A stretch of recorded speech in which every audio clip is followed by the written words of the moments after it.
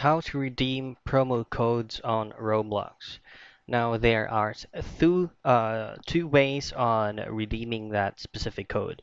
The first thing that you can do is just by joining any communities or groups from a Roblox application. So just head directly to more or to the three dot located at the lower right of your screen, and you can go ahead to communities or group.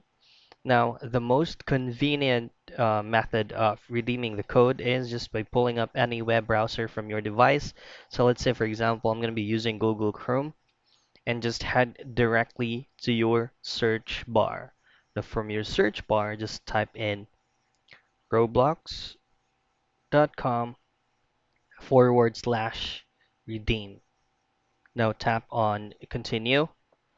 Now in here, all you have to do is to have a copy of your specific code, or you can also hover or switch around from your browser to the main page if you have a copy of your promo code on your Roblox application.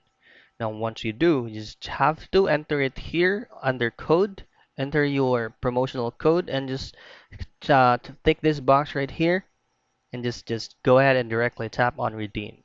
So that's it. It's how you easy redeem codes on Roblox.